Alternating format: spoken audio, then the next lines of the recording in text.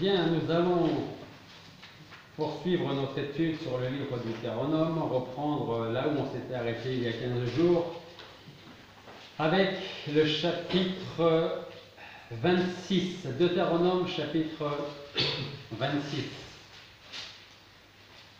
Comme nous l'avions vu la dernière fois, nous devons nous souvenir que tout ce que nous faisons, nous devons le faire pour qui? Pour Dieu, pour le Seigneur, pour Christ. C'est ce que nous avions vu la dernière fois quand on a fait la prédication sur le livre du Deutéronome. Et Moïse voulait encourager le peuple à vivre non seulement pour Dieu, mais surtout pleinement pour Dieu. Cela devait se voir et se ressentir dans la vie de chaque Israélite. D'accord? Donc, à partir du moment où on peut le voir dans la vie de chaque Israélite, ça voulait dire que tout le peuple était d'un commun accord, en communion, dans la manière de vivre pour le Seigneur.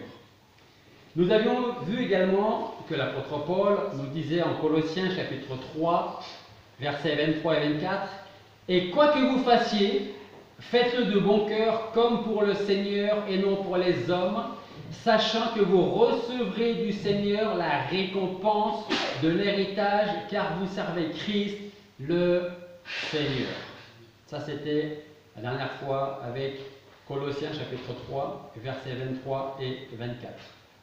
À présent, nous allons reprendre Deutéronome chapitre 26.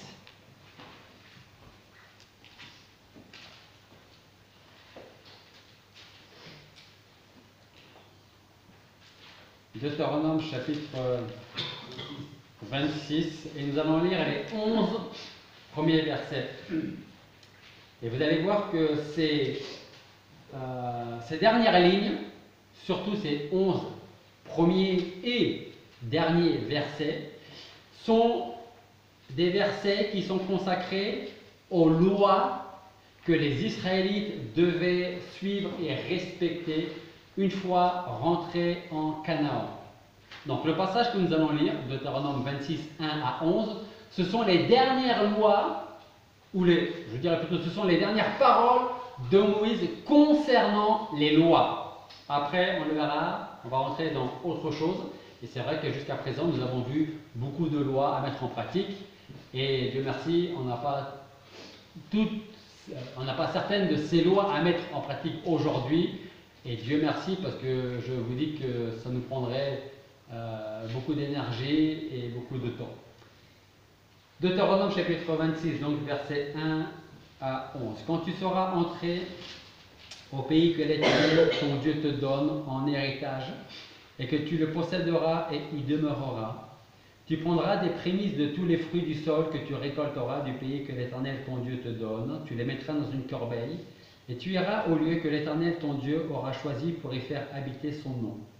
Et étant venu vers le sacrificateur qui sera en ce temps-là, tu lui diras, « Je reconnais aujourd'hui devant l'Éternel, ton Dieu, que je suis entré dans le pays que l'Éternel avait juré à nos pères de nous donner. » Et le sacrificateur prendra la corbeille de tes mains, la déposera devant l'autel de l'Éternel, ton Dieu.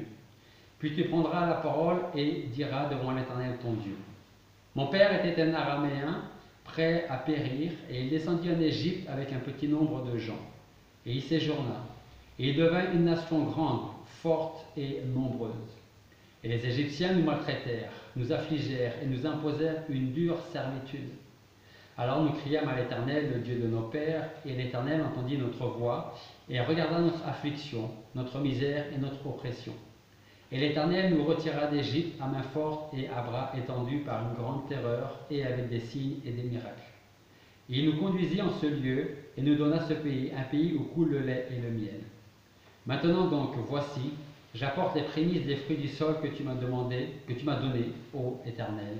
Alors tu poseras la corbeille devant l'Éternel, ton Dieu, tu te prosterneras devant l'Éternel, ton Dieu, et tu te réjouiras, toi, le Lévite et l'étranger qui sera au milieu de toi, et de tout le bien que l'Éternel, ton Dieu, t'aura donné, ainsi qu'à ta maison. Prions. Père Céleste, nous voulons te remercier parce qu'à travers cette partie de ta parole, nous allons pouvoir, une fois de plus, entendre ta parole parler dans nos cœurs. Et nous voulons vraiment être disposés à la recevoir et à la mettre en pratique, Seigneur. Et comme nous l'avons souligné ce matin, que nous puissions vraiment savoir quel est notre but premier en tant que chrétien, t'appartenant en tant qu'Église. Et ce but premier, c'est de faire connaître notre Seigneur Jésus-Christ à tous, Seigneur, afin que tu travailles dans leur cœur, que tu changes leur cœur. Je te demande donc de nous conduire à travers ta parole et de nous enseigner ce matin et de nous convaincre par ton esprit. Et c'est en son nom que nous te prions. Amen. Donc ce passage que nous venons de lire nous parle d'une offrande spéciale et une loi spéciale. Parce que toutes les lois que nous avons vues avant celle-ci devaient être suivies, alors selon les lois, ou chaque jour, ou chaque semaine, ou une fois par an, ou une fois par mois, par les Israélites. Cette loi en question, ce que nous venons de lire, ne devait être faite qu'une seule et unique fois quand les Israélites allaient rentrer et prendre possession de la terre promise de Canaan. Donc, le peuple, à travers cette offrande, cette loi, le peuple devait se souvenir de tout ce que Dieu avait fait pour lui depuis son arrivée en Égypte, et je ne me trompe pas dans le terme, de son départ d'Égypte. Depuis son arrivée en Égypte, on a vu ça dans notre passage, pendant sa durée, son séjour en Égypte, il ne devait pas oublier ce que l'Éternel avait fait en les sortant d'Égypte, comment il les avait gardés dans le désert et comment Dieu allait leur donner leur terre promise. Israël devait donc être reconnaissant et devait savoir s'en souvenir jour après jour, après jour, après jour. Et cette loi en question ne devait se faire qu'une seule et unique fois, une fois qu'ils ont pris possession de leurs biens, de leurs terres, et quand ils ont récolté leurs premiers fruits, ils devaient mettre cela en pratique. Quand tu seras entré au pays que l'Éternel ton Dieu te donne, verset 1, en héritage, et que tu le posséderas et y demeureras, tu prendras des prémices de tous les fruits du sol que tu récolteras du pays, que l'Éternel ton Dieu te donne, tu les mettras dans une corbeille et tu iras au lieu que l'Éternel ton Dieu aura choisi pour y faire habiter son nom. Alors je voudrais m'attarder quelques instants sur ces deux versets pour vous dire quoi. Donner les prémices de leurs fruits. Alors avant d'aller plus loin, qu'est-ce qu'est les prémices? C'est quoi les prémices? Tu prendras les prémices de tous les fruits du sol. Les premiers. Premières. D'accord? Prémices, premiers. Donc, donner les prémices de leurs fruits ne voulait pas seulement dire donne tes premiers fruits. Ça voulait aussi et surtout dire donne tes premiers et tes plus beaux fruits. Parce que vous savez quelle est la nature de l'homme, je ne veux pas vous l'apprendre. Alors voici les prémices de mes fruits. Parmi ces prémices, je vais donner ça à l'Éternel et je vais garder cela pour moi. Parce que Dieu ne va pas les manger, mais moi j'en ai besoin, donc ça fait partie des prémices. Ce n'est pas forcément les plus beaux fruits, mais c'est dans les prémices. Donc il fallait bien garder à l'esprit que ce n'était pas seulement donner les prémices, les premiers fruits, c'était aussi donner les premiers, mais aussi les plus beaux fruits à l'Éternel. Savons-nous être reconnaissants?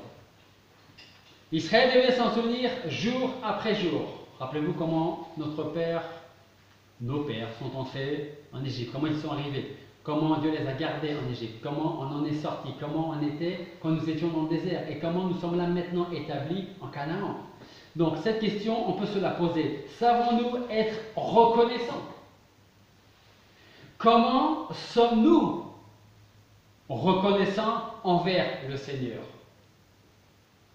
Savons-nous comment être sincèrement reconnaissants?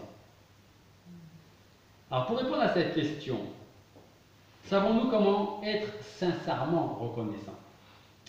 Je dirais que nous avons besoin, comme à l'exemple d'Israël, de nous rappeler, de nous souvenir de notre propre histoire. Et quand je parle de notre propre histoire, je ne parle pas de cette histoire du jour qui a vu notre naissance jusqu'à aujourd'hui, avec le passé, avec le présent. Ce n'est pas de cette histoire-là dont il faut se souvenir. C'est une autre histoire qui est pourtant la nôtre, mais qui appartient aussi à quelqu'un d'autre. Cette histoire est l'histoire de la croix de Jésus-Christ pour nous, dressée sur le mont Golgotha. Nous avons besoin, si nous faisons partie du peuple de Dieu, si Dieu nous a sauvés en Jésus-Christ, nous avons besoin de nous souvenir de cette histoire. Pourquoi aujourd'hui, si c'est le cas, pouvons-nous dire « j'appartiens à Dieu ». Quelqu'un connaît le chant, je ne sais pas s'il est dans nos livres là, je pense que oui. Oui, j'appartiens à Jésus. Oui, j'appartiens à Jésus, car il m'a racheté. Ok, la semaine prochaine, préparez-vous. Je vais le retrouver. C'est un très vieux cantique que je chantais quand j'étais comme ça. Et on va essayer de le retrouver. Enfin, on verra. Peut-être pas la semaine prochaine, mais on verra. Ça vous dit rien donc? Non. Ok. Donc, j'appartiens, oui, j'appartiens à Jésus car il m'a racheté. Ça fait partie du refrain. Donc, voilà. C'est de cette histoire-là dont il faut se souvenir jour après jour. Si on appartient à Christ, pourquoi est-ce qu'on appartient à Christ? Et quand on réalise pourquoi on appartient à Christ, parce qu'une croix a été dressée à Golgotha pour nous, alors cette histoire de la croix, c'est notre histoire. C'est de cette histoire-là dont il faut se souvenir pour pouvoir être sincèrement reconnaissant jour après jour à notre Dieu, à notre Seigneur Jésus-Christ, au Saint-Esprit qui parle dans notre cœur, qui a changé notre vie et notre cœur. Alors peut-être que pour résumer le mieux cette histoire de la croix, un des meilleurs résumés que j'ai pu trouver pour ma prédication se trouve probablement en Éphésiens chapitre 1. Donc je vous invite à chercher Éphésiens chapitre 1. Éphésiens chapitre 1, nous allons lire à partir du verset 1 jusqu'au verset 14.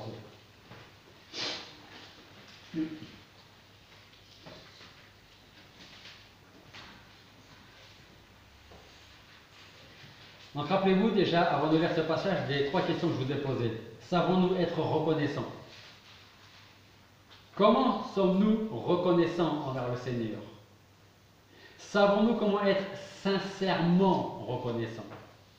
Donc Éphésiens chapitre 1, versets 1 à 14. Paul, apôtre de Jésus-Christ par la volonté de Dieu aux saints et fidèles en Jésus-Christ qui sont à Éphèse. La grâce et la paix vous soient données de la part de Dieu notre Père et du Seigneur Jésus-Christ. Béni soit Dieu le Père de notre Seigneur Jésus-Christ qui nous a bénis de toutes sortes de bénédictions spirituelles dans les lieux célestes par Christ, selon qu'il nous a élus en lui avant la fondation du monde, afin que nous soyons saints, irrépréhensibles devant lui par la charité.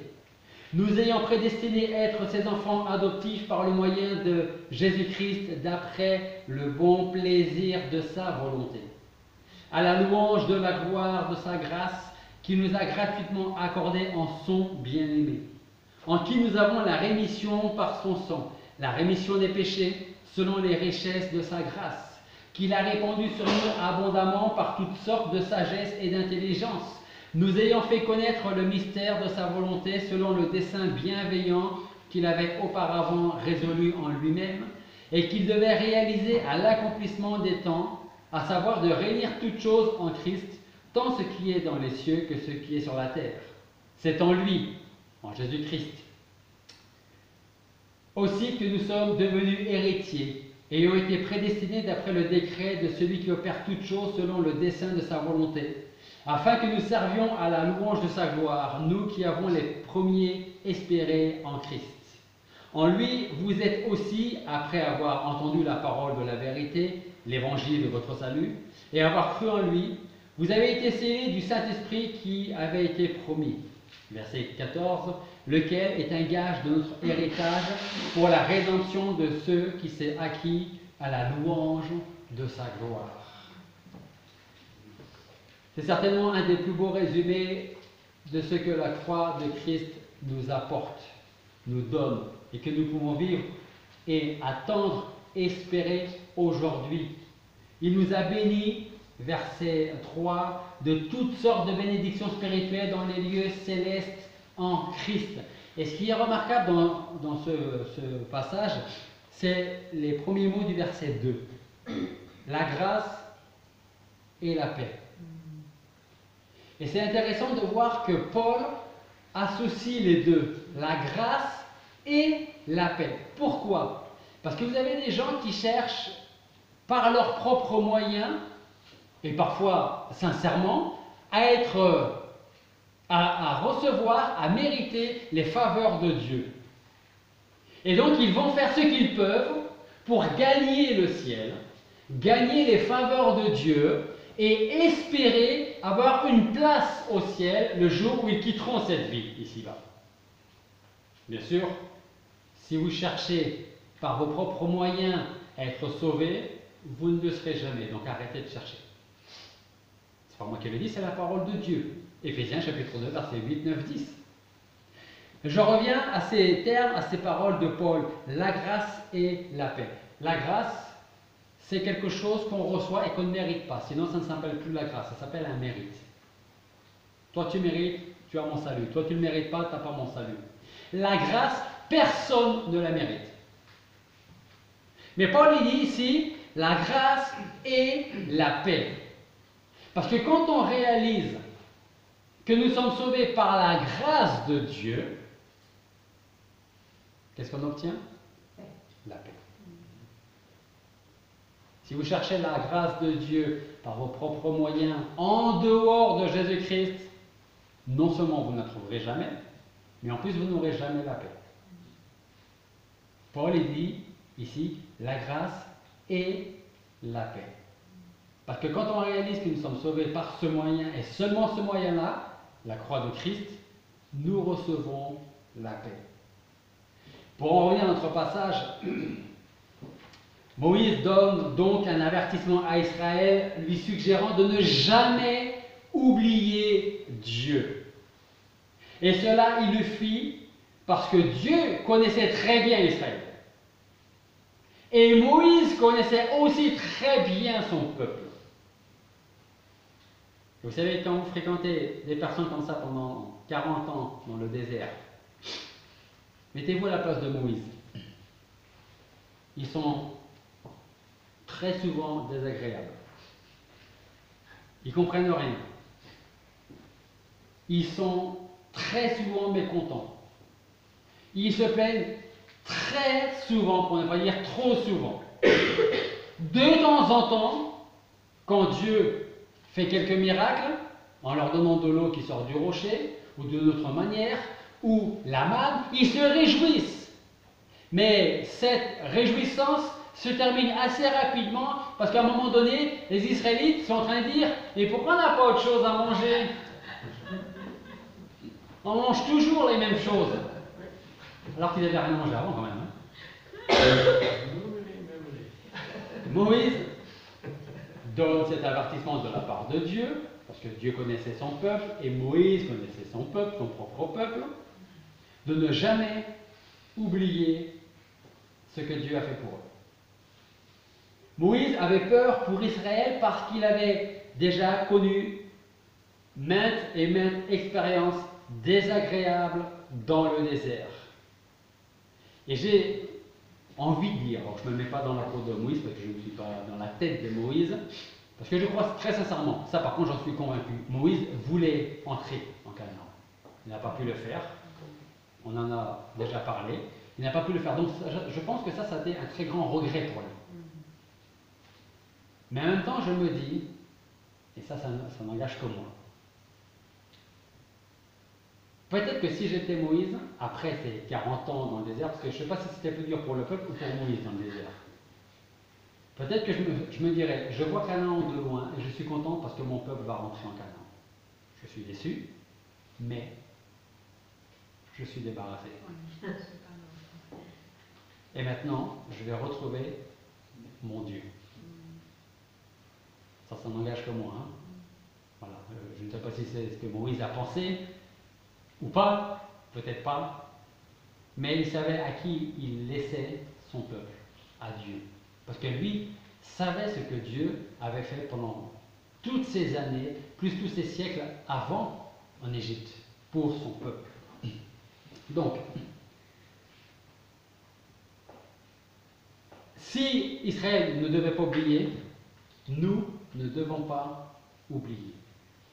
Parfois, on peut avoir des raisons de se plaindre, des raisons valables, mais est-ce que nos raisons de se plaindre sont toujours valables?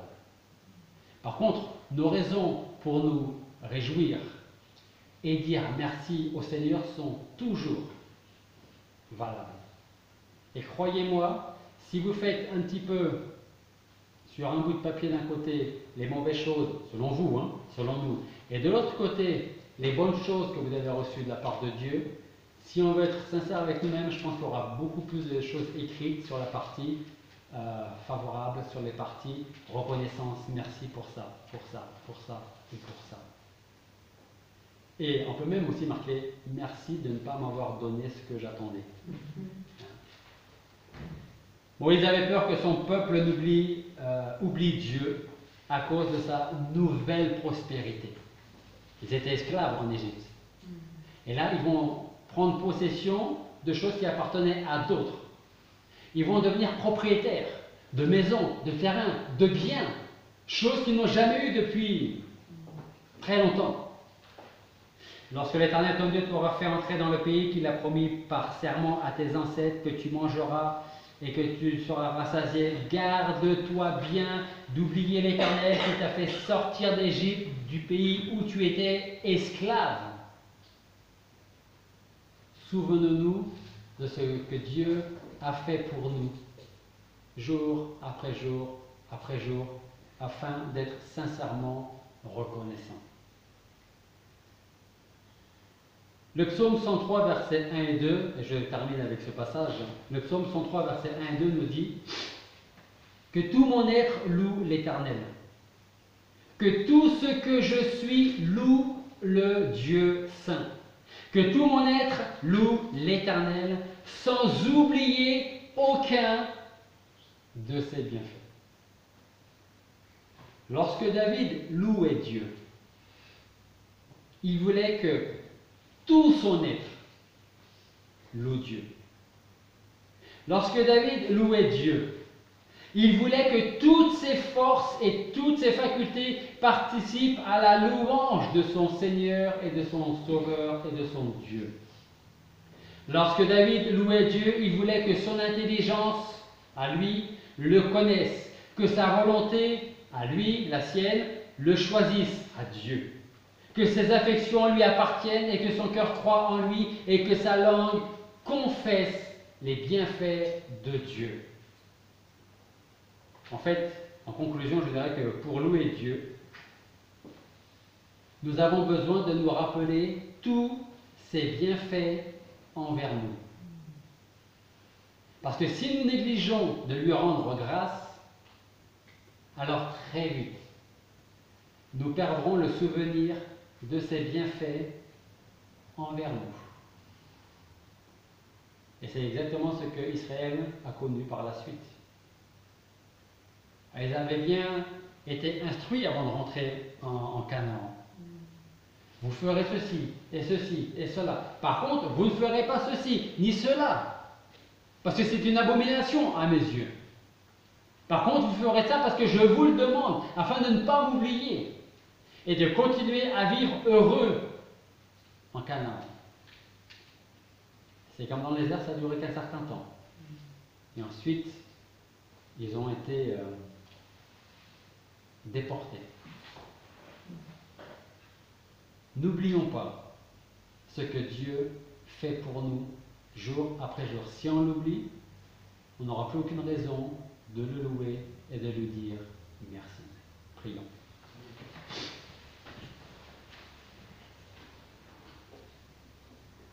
Père Céleste, nous voulons te remercier parce qu'à travers ces dernières paroles de Moïse que tu lui as données, nous avons vu que Israël, après avoir pris possession de ses biens, devait t'offrir cette offrande, les prémices des fruits du sol,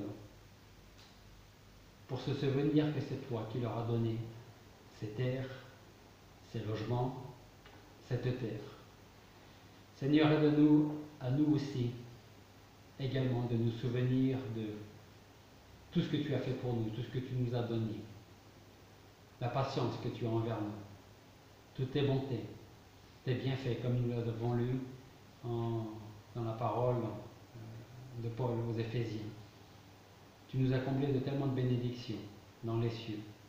Et un jour, nous verrons de nos yeux ces bénédictions. Et nous pouvons nous réjouir déjà de t'appartenir aujourd'hui.